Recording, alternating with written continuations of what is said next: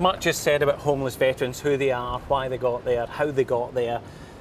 But really, Veterans Aid doesn't accept any of this.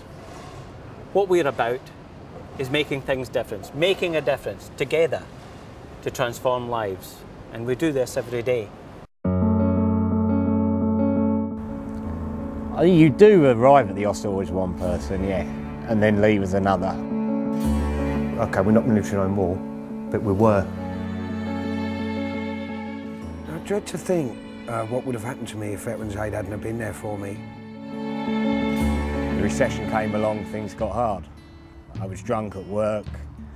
At some point, I lost my job, I don't know when.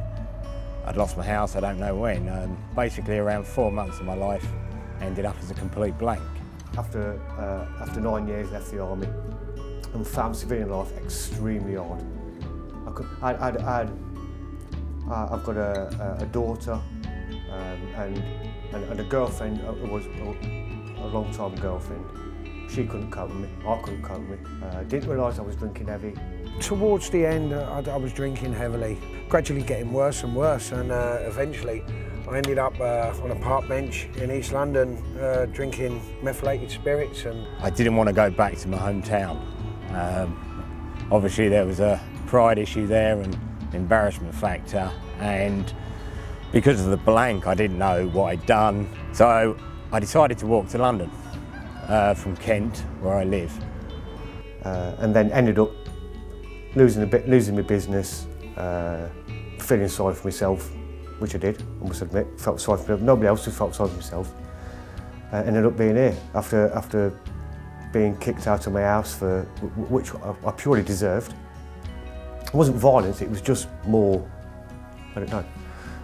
Back home there isn't much for homeless people, or there's no hostels, there's no charities there, so I thought making my way to the city would be where I'd find help.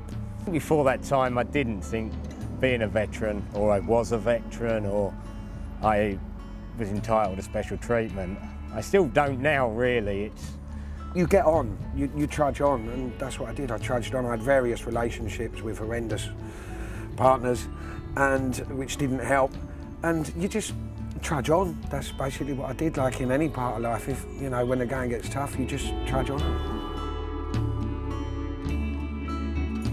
It was over the next couple of weeks when I first went to Veterans Aid that I think you kind of realised that there were people there that were going to help you.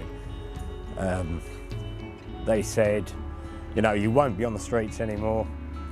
They gave me vouchers for clothes, they gave me money for food.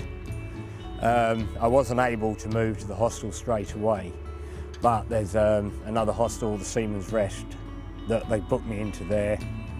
They were paying the rent. They paid my food while I was there, while I sorted out benefit claims.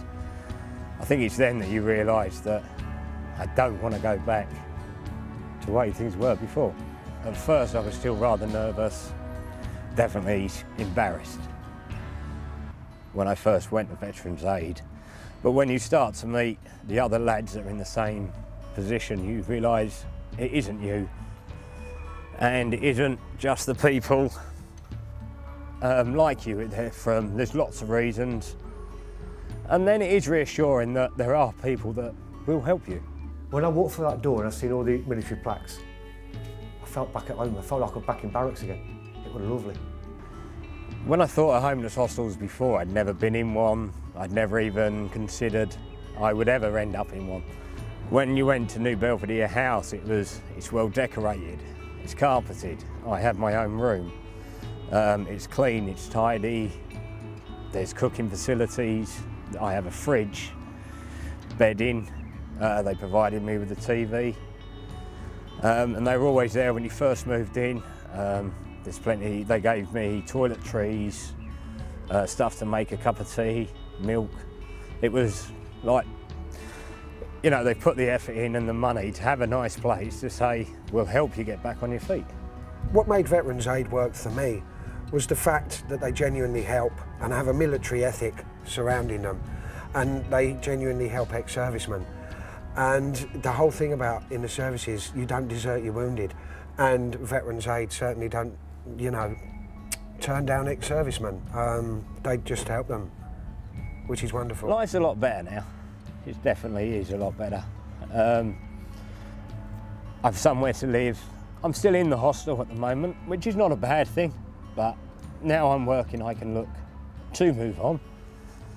And life now, through Veterans Aid, through the farm, it's back on track.